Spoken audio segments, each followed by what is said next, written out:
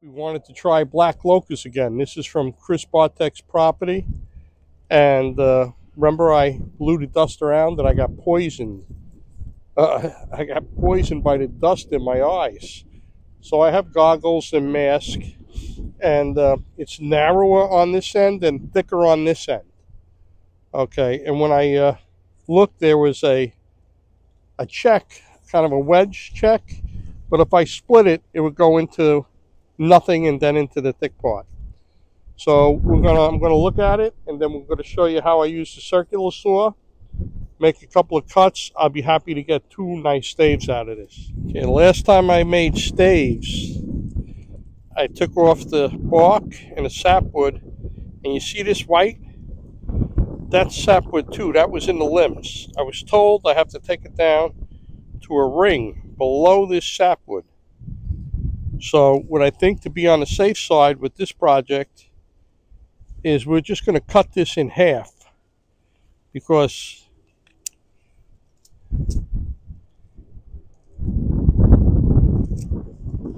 we got almost an inch thickness of the whitewood there, of the sapwood. So if I cut it in half, we'll have 2 big staves we could shape, and we should have no problem making 2 nice bows out of them. All right, only because I had problems in the past. Only because I had problems in the past with the sapwood. All right. Okay, you can see when this log was split, you see how it twisted up, right? It twisted up. There's going to be a twist to this log. So that's why, if you look here too, in the center, you see this line here, this center in the center line there, the heartwood, looks like a crack. All right, that line. What I'm going to do is just run a circular saw down the center, and we're going to split this into 2 pieces. Got my mask, got my goggles. Okay, when you look at the bark side, it's hard to tell. I like to draw a line to cut. So I'm going to go with the split. And I'm going to run a line down the split. And that's how we're going to cut it.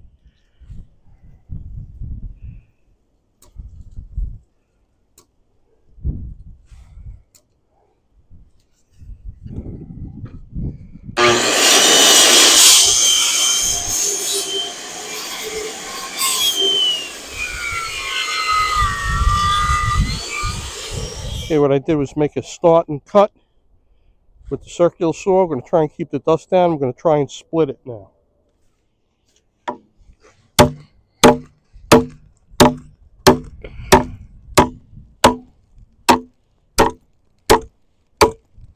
Let's see which way the grain grows. Which way to get grain tears on this here.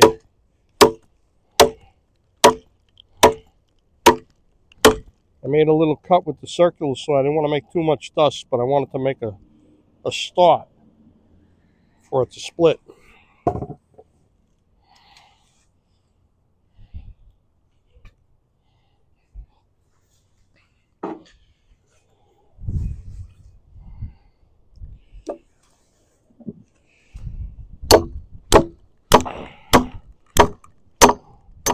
Okay, as I'm splitting it, you can see that the grain is taking a turn here and heading up this way.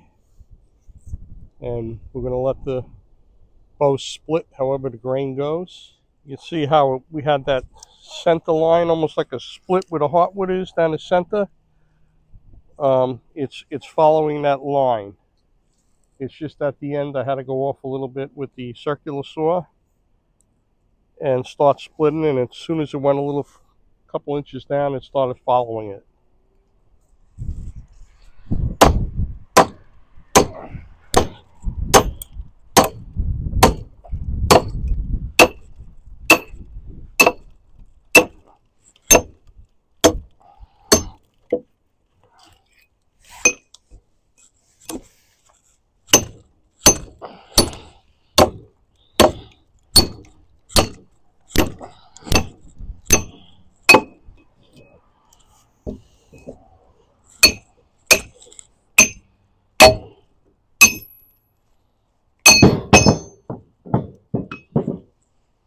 Okay, we got it. Well, we have 2 staves with some character cut, and when Chris comes over, we'll have a lot of work to do. Trimming them up, taking the bark off. Okay. Good day's work today. And I didn't poison myself in the spring. So, and then this is my nemesis here. This is Black Locust that the dust poisoned me last time. I had to go to the doctor and get drops from the sawdust.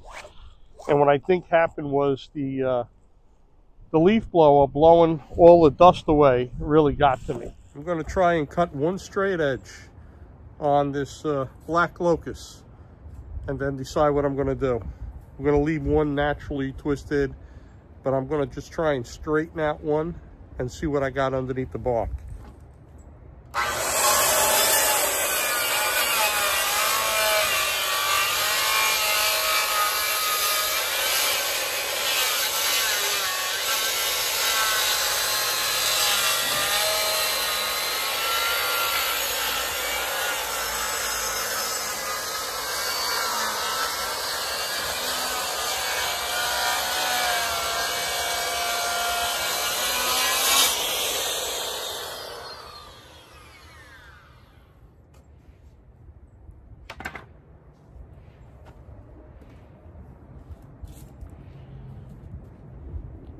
The dust poisoned me last time, and I'm going to be a little smarter about it this time. I'm going to put it down, and instead of using a leaf blower, I'm going to brush it down.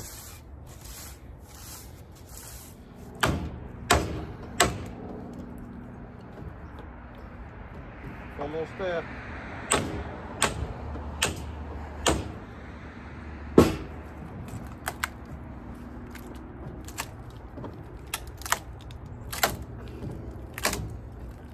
Okay, got it. All the scrap wood from the Black Locust gets tossed.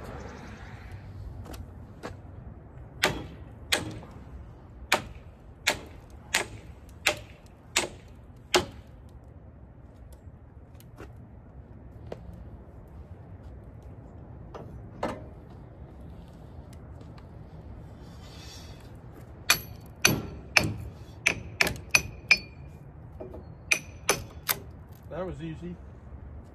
That was nice and easy.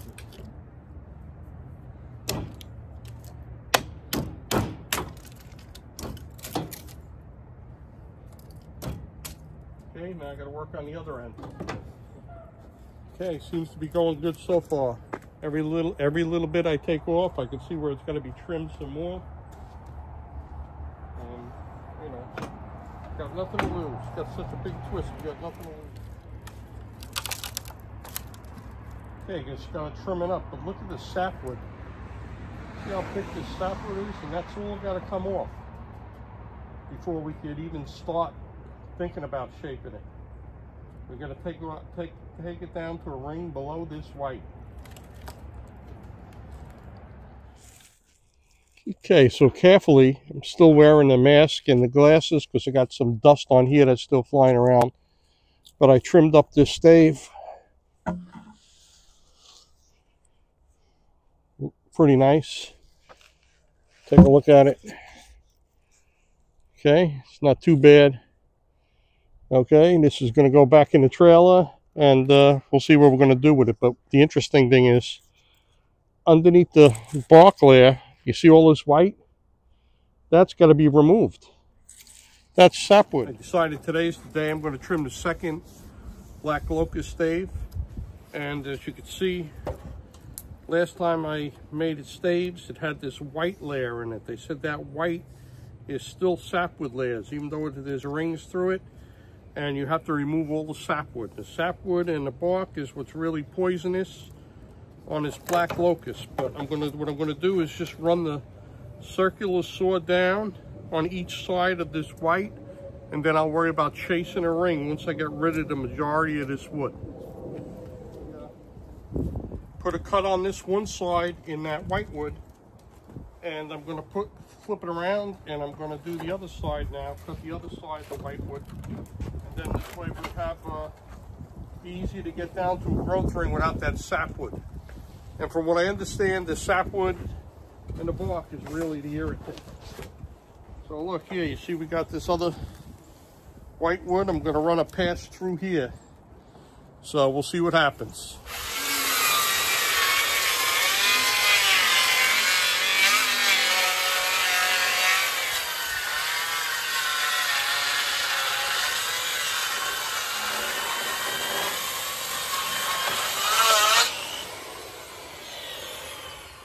This dust is an irritant and it's poisonous, so you don't want to put it in the air for you to breathe with like a leaf blower.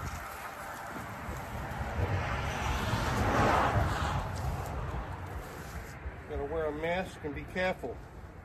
Now you seen I didn't have a mask on, but the wind was blowing from over here down to there, and it was blowing hard enough that I didn't have to worry about any particles getting to me.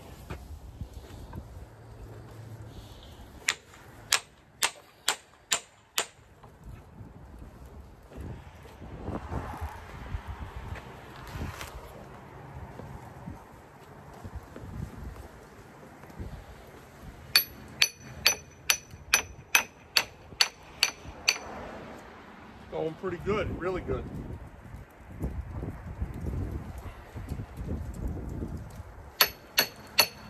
Wow, better than I thought. Better than I thought.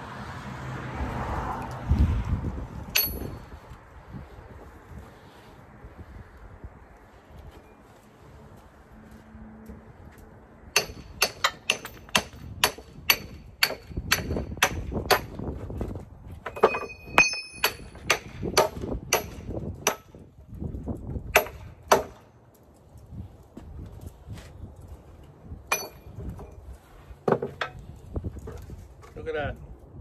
We got all that sapwood off. Okay. Got to trim this down a little bit, trim it down over there, and then we just got to follow a growth ring. But not too bad.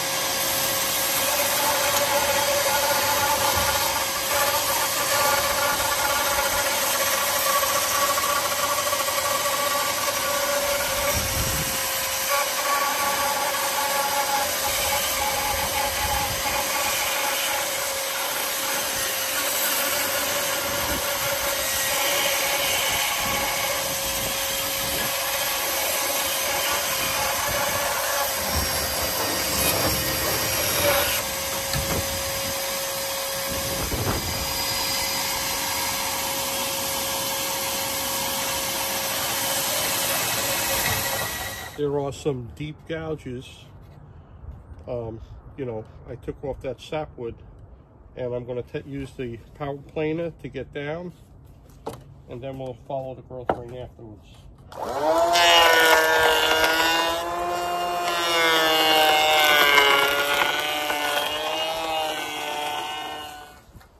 Okay, now that I have all the gouges out, okay, I can look at the growth rings on the ends and the sides and mark it out, and I will have something nice and clean to follow, okay, to take down. All right, but I got rid of that sapwood, that big heavy sapwood with the circular saw, and you know, it's rough cutting it off, but I wanted to get a whole inch of it away.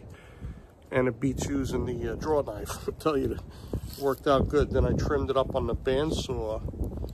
And also when I clean out that bandsaw, I got to be careful with the dust too. Like I said, Black Locust is poisonous, you know, you got to be careful with the dust.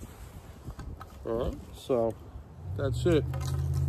I'm going to mark out, if I can, the growth rings, and that'll be another day that I'll be scraping and following a growth ring. Today I shaped up these poisonous Black Locust staves that were twisted, and even though they're nice and clean, they have to follow a growth ring. So I'm looking at the side grains, and there is a lot of dips and a lot of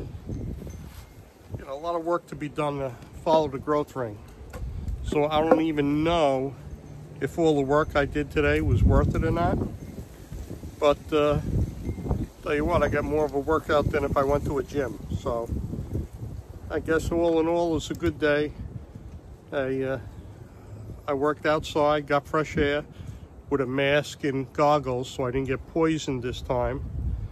And I got 2 staves that don't have any sapwood on them. And the sapwood in the bark are really the irritant from what I read online.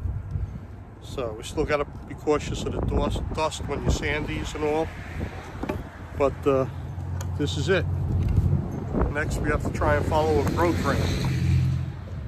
I have these 2 twisted Black Locust staves that I've shaped and trimmed down, and then they're twisted. So to follow a growth ring, this has a big dip. I had to follow a growth ring down this way, and that one has a twist that way.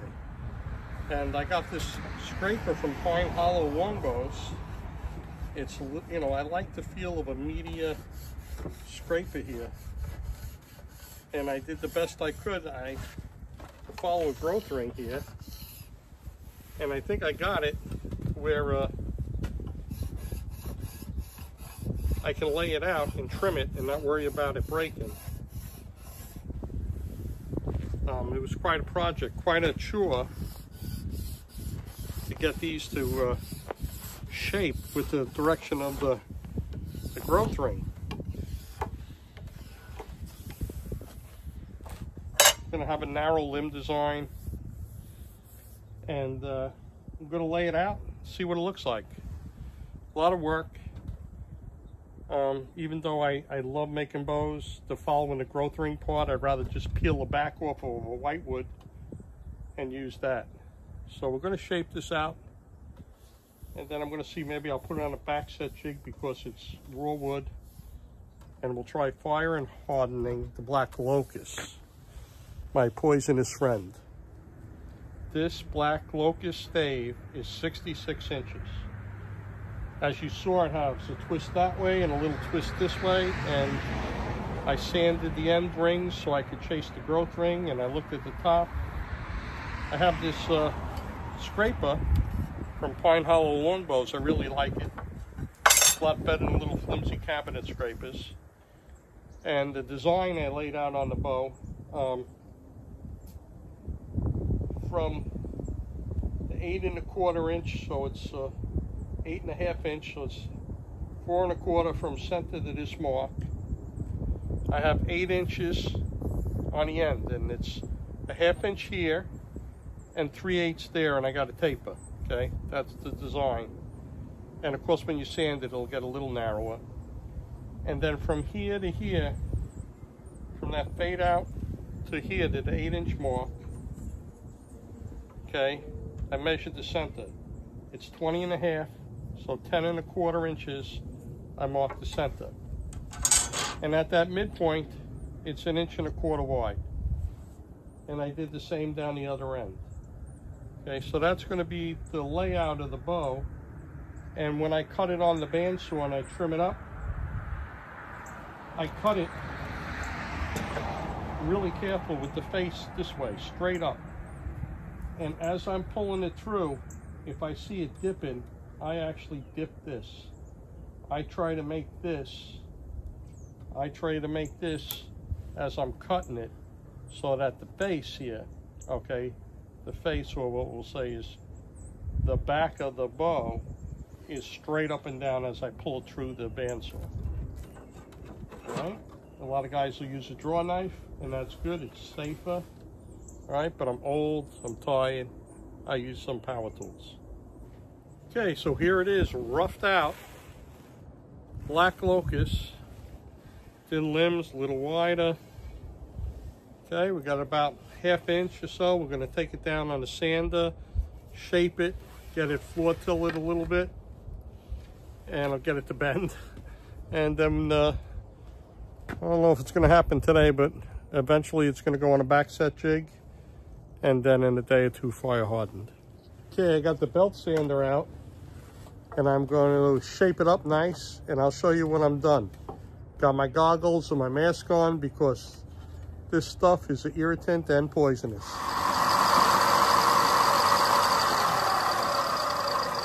Okay, I have the belly of the bow nice and sanded. I just want to show you what I do.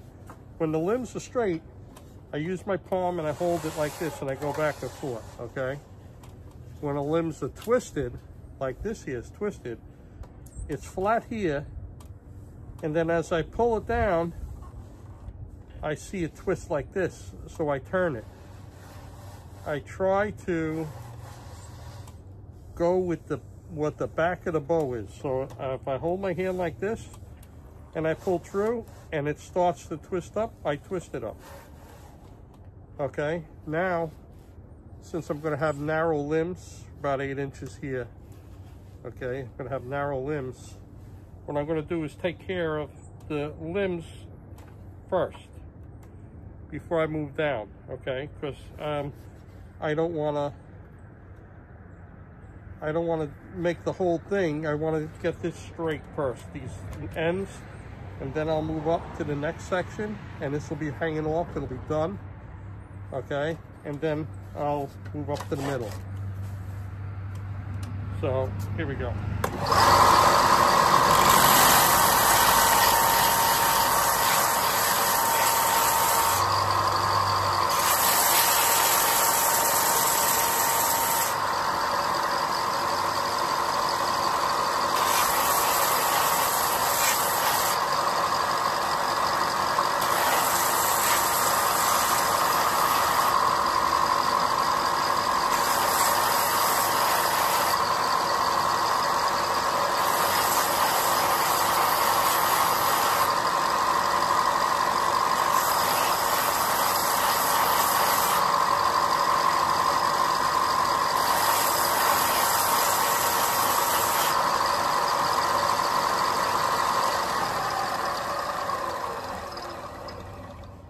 Okay, so now you can see that the narrow part of the limbs are nice and smooth. This needs a little touch up, but I wasn't going to keep going just to show you. And then the next section, I'll hit that, and then it'll be tapered down to the riser. Okay, so you do sections at a time. If it's going to be narrower, you do that. And then when you move to the next section, this part that's done will be overhanging your belt sander, so you don't interfere with it, okay? And you want a nice transition, even if you hand sand it, to make the transition go from thin to thicker to longer to wider, okay? Okay, I'm all done with the sanding, and this is what we got here. Nice narrow limb, tape it a little wider, all the way down to the fade out. Okay, we still have a twisted limb that I followed the growth ring on the best I could, and it looks like I followed, from what I could see, I followed a single growth ring. And it's painstaking for me with my bad eyes, and I can't, I'd rather just peel the back off of whitewoods and use that for the back, but you know, it's part of bow making.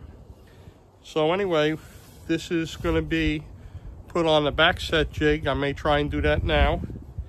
And this is going to be called, because I got poisoned the first time from the dust, it's going to be called My Poison. And it's undecided what kind of weight I'm going to do, whether I'm going to do a hunting bow or a 3D bow. I think I like the 3D bow I have, so I may make this another hunting bow. All right, so I have a hot hornbeam bow that I take in the woods now and then hunting, and I heard a little tick in it the other day, but that was it. And I have my hickory recurve that I really like, and I've been taking that in the woods. I just haven't had deer. I've been having dog walkers and trespassing and all kinds of stuff going on. But next year, I think next year will be my year for deer hunting, not this year. And I posted every inch of that property, so hopefully they'll stay out. Okay, but look, it looks nice. I believe I did a really good job following the growth ring, even with the twist. And we're going to put it on the back set jig. I'm going to heat it up with a heat gun to get it to bend. and then we're going to fire harden it. And people say, oh, you don't fire harden this type of wood. Well, this came from a live tree this year. Okay, so we're going to fire harden it. We're going to see how it works out. I'll let you know. You'll see. You see me do this before. This is the back set jig. I clamp on the shaped stave, the bow blank onto the back set jig, and I clamp the middle, and I see if I can clamp the two next holes. And what I'll do now is I'll heat them up. I'll heat these limbs up until they bend, and I could snug them up, and the ends have a little twist in them.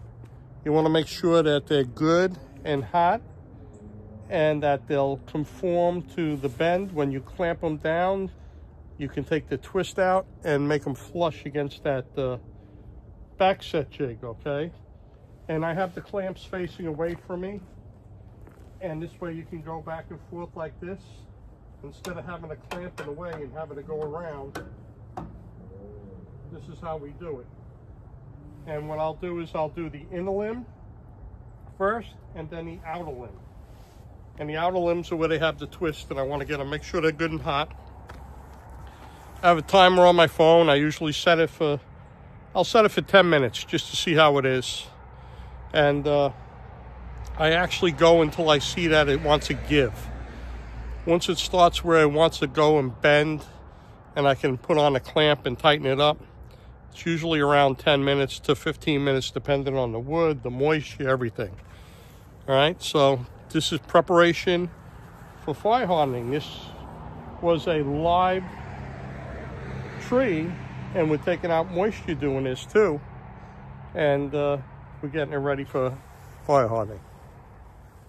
All right, I got that Black Locust with the big twist. Heated each limb up, the inner first and then the outer. I guess it took about 20 minutes each limb or so, but the limb over here had a real big twist. I had to add extra clamp and take my time. You don't force nothing.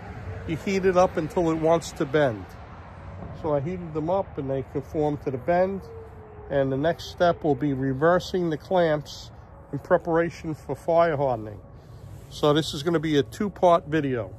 That bow, if it's successful and don't break, is going to be called My Poison. And I'm going back and forth. I shoot a lot of 3D. I may make another 3D bow. I may make My Poison a 3D bow. Okay, so we'll have to see. Wishful thinking positive here. Took a long time to get down to a growth ring with that big twist, and now straightened it out. Okay, I'm going to reverse the clamps and I'll show you. This is what it looks like before I flip the clamps around. Okay, so this is December 2nd, and it's cold, and I hate the cold. I really do. So anyway, I don't know when I'm going to get the fire harden this. I have to watch the weather. We may even have some snow flurries coming up during the week. And one day I'm going to get out there and bundle up and light the coals up, and I'm going to fire harden this bow. But I got the clamps reversed, and it's all set. And this Black Locust bow, that's going to be called My Poison, is going to get fire hardened. And then I'm going to put the buffalo horn tips on there. I have some antlers and some buffalo horn tips. I'm going to put buffalo horn tips on this. And then we're going to tiller it and hopefully shoot it. Got to think positive here. We're going to shoot it. All right. Have a good day.